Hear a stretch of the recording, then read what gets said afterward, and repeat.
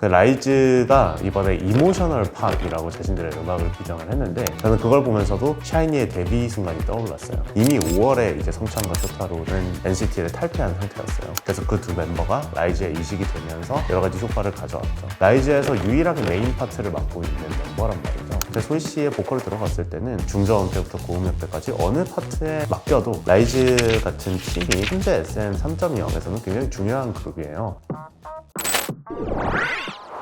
작년 9월 데뷔하자마자 기다렸다는 듯이 스포티파이 데일리 바이럴 송즈 한국 차트에서 궤도기타로 일주일간 1위를 차지, 월별 리스너 수 최대 289만 명을 기록하며 데뷔부터 어나더 클래스를 입증하고 시작한 그룹이죠. 성공적인 데뷔로 가요계 청량돌 역할까지 톡톡히 해내고 있는 라이즈인데요. 슈퍼주니어, 샤이니, NCT를 이어 SM의 왕자를 차지할 수 있을지 컬처콕이 라이즈에 대해 파헤쳐봤습니다. 문화 안의 호기심을 콕 짚어주는 컬처콕, 지금 시작합니다. SM 엔터테인먼트의 보이그룹들을 보면요, 항상 단순히 그룹으로 등장하는 게 아니라 기획사의 방향을 담는 그릇 역할을 했어요.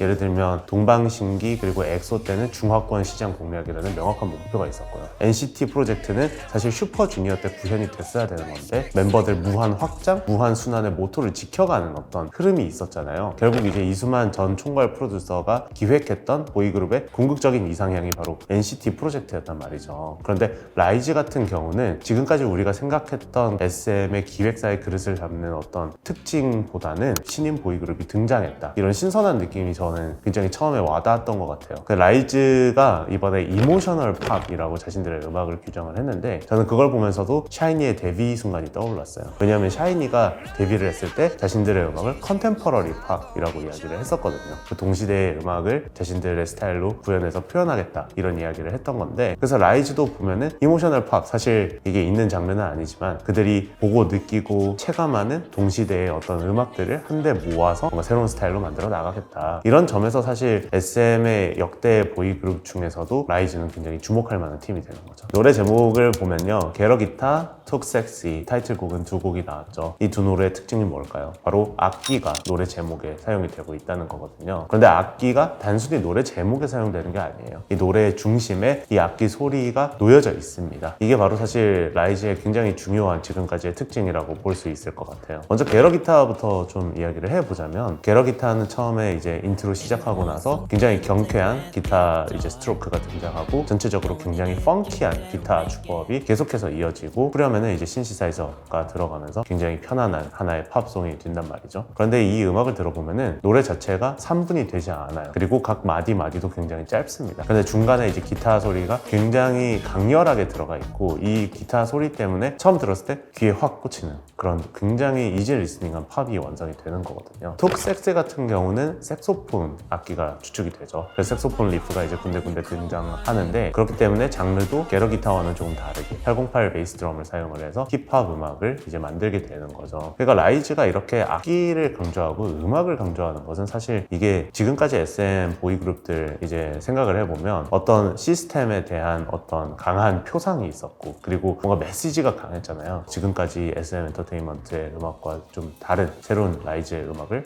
만들어 나가고 있다, 이렇게 보고 있습니다. NCT에서 이제 성찬과 쇼타로는 사실 고정 유닛에 속해 있는 멤버가 아니었어요. 그러다 보니까 개인 팬들에게는 그런 유닛 활동이 없으니까 NCT 단체 팀에서만 사실 그 둘을 볼 수 있었고, 그렇기 때문에 좀 아쉬움이 컸단 말이죠. 그래서 라이즈가 9월에 데뷔를 했는데 이미 5월에 이제 성찬과 쇼타로는 NCT를 탈퇴한 상태였어요. 그래서 그 두 멤버가 라이즈에 이식이 되면서 여러 가지 효과를 가져왔죠. 일단 첫 번째로는 라이즈의 게러기타를 들어보시면 아시겠지만, 라이즈는 이지 리스닝한 팝을 주로 가져가는 팀이기 때문에 랩 파트의 비중이 그렇게 크지 않아요. 게러기타에 랩이 없잖아요. 그런데 성찬과 쇼타로 씨는 어떻게 보면 포지셔널 래퍼란 말이죠. 그래서 그 둘의 역할이 토크 섹시에서 굉장히 빛나는 역할을 가져가고 있고, 어쨌든 NCT가 가지고 있는 막강한 파급력 그리고 팬덤, 개인 팬덤을 라이즈에 이식을 시켜서 신인 그룹에게 좀 안전한 환경을 만들어주고, 더 나아가서 이제 그룹이 앞으로 해나가는 음악의 팔레트를 좀 더 색깔을 넓혀간다, 이렇게 볼 수 있는 거죠. 게러기타를 들어보면 이제 두 번째 벌스 시작할 때 다 같이 아카펠라로 이제 하모니 맞추는 부분이 있어요. 그 부분도 그렇고 토크 섹시도 그렇고 전체적 메모리스도 그렇고 보컬의 합을 굉장히 중시하는 팀이라는 생각이 들거든요. 그러니까 과거의 SMP의 어떤 강렬한 음악에서 요구되는 굉장히 복잡한 바이브레이션이나 굉장히 센 소리를 정직하게 하나의 한 소리를 낸다고 하면은 최근에 라이즈가 보여주고 있는 보컬은 굉장히 트렌디한 발성이고 그리고 그들이 보여주는 독특한 미성이 있잖아요. 멤버들의 음역대가 전체적으로 다 높아요. 그리고 그 중간중간에 이제 중심을 잡아주는 중저음대 멤버들, 예를 들면 원빈 씨라거나 성찬 씨, 쇼타로 씨. 근데 그 둘도 랩 멤버긴 한데 음역대가 높거든요. 그래서 이들이 만들어내는 어떤 하모니나 화음 이런 것들이 굉장히 좀 차별이 되는 것 같아요. 그러니까 NCT를 생각해보면 사실 큰 차이점이 있는데 NCT의 음악에서 공통적으로 이제 감지되는 것은 랩 멤버가 주축으로 뭔가 스토리를 만들어 나가고 하이라이트에서 보컬 멤버들이 터트려주는 그런 굉장한 박력과 파워가 있잖아요. 약간 예외가 NCT 드림인데 NCT 드림은 특유의 그 풋풋하고 이제 파릇파릇한 멤버들의 젊은 멤버들의 우정과 이런 것들이 드러나는 팀이기 때문에 약간 음악적 노선을 다르게 가져가는 거거든요. 그 라이즈의 보컬 운용은 사실 저는 NCT 드림도 많이 생각이 납니다. NCT 드림에서 랩을 좀 많이 뺀 형태라고 볼 수 있을 거고요. 그래서 사실 이 멤버 구성이 굉장히 중요한데 저는 일단 라이즈에서 소희 씨, 라이즈에서 유일하게 메인 파트를 맡고 있는 멤버란 말이죠. 소희 씨의 보컬을 들어봤을 때는 중저음 때부터 고음역 때까지 어느 파트에 맡겨도 자신의 역할을 충실히 100% 할 수 있는 그런 멤버라서 상당히 다재다능한 멤버. 그리고 또 중요한 멤버가 이제 원빈 씨. 왜 그러냐면 게러기타에 처음 시작할 때 이제 원빈 씨가 노래를 하는데 원빈 씨가 원래 목소리가 낮아요. 고음역 때 노래를 불렀을 때 보여주는 어떤 독특한 음색이 있거든요. 그 귀를 처음에 확 사로잡는단 말이죠. 그래서 라이즈는 어쨌든 굉장히 편안한 이지 리스닝 위주의 팝 음악을 지금까지 두 개를 했기 때문에 굉장히 강렬한 음악을 하지 않는 이상 멤버들의 합이 굉장히 중요하고 각 역할에 맞는 멤버들이 어떤 식으로 보컬을 운용해 나가고 이들을 이제 맞춰가는 것이 SM의 프로듀서진들, A&R 분들이 고심해서 앞으로 기획을 해 나가야 되는 지점인 거죠. SM 경영권 분쟁은 2023년에 가장 큰 이슈였죠, 가요계에. 라이즈 같은 팀이 현재 SM 3.0에서는 굉장히 중요한 그룹이에요. 왜냐하면 지금까지 등장한 SM 그룹들은 향후 어떤 활동을 펼치더라도 좋든 싫든 SM 엔터테인먼트 전 총괄 프로듀서였던 이수만 프로듀서의 영향에서 자유로울 수가 없어요. SMP라는 브랜드에서도 자유로울 수가 없고 NCT를 생각했을 때 무한순환, 무한 확장의 시스템은 이제 끝났잖아요. 하지만 그럼에도 그들이 가져가고 있었던 음악적인 색채나 개성이나 메시지는 2023년에 이수만 전 총괄 프로듀서 시절에 가져가고 있던 노선을 약간씩 가공을 한 것이었거든요. 에스파도 마찬가지로 소개해드릴 수 있을 것 같은데 에스파가 올해 2023년에 내놓았던 결과물이 스파이시와 드라마가 있는데 두 작품 다 사실 광야에서 벗어나서 좀 새로운 어떤 세계관, 새로운 메시지를 전달하는 노래들이었잖아요. 그런데 사실 그들의 음악이 이수만 전 총괄 프로듀서 시점과 비교해서 크게 차이가 있느냐? 그건 아니거든요. 약간씩 지금 노선을 수정해 가면서 어떻게 새로운 형태를 잡아갈 것이냐에 지금 과도기에 SM 엔터테인먼트가 있는 거거든요. 그렇기 때문에 라이즈 같은 팀이 굉장히 중요한 거죠. 그런데 저는 지금까지 게러기타나 이제 톡섹시나 또 사이렌 퍼포먼스 송도 있고 그리고 메모리스 같은 노래들 들어봤을 때 역시 1990년대부터 K-팝의 역사와 함께한 SM의 어떤 완성도에 대한 그냥 고민과 노하우는 아직 녹슬지 않았다. 그래서 현장에 계신 분들이 이제 흔들리지언정 음악에 대해서는 소홀히 하지 않는다. 이런 것을 사실 라이즈로 굉장히 증명을 잘 해나가고 있다고 봐요.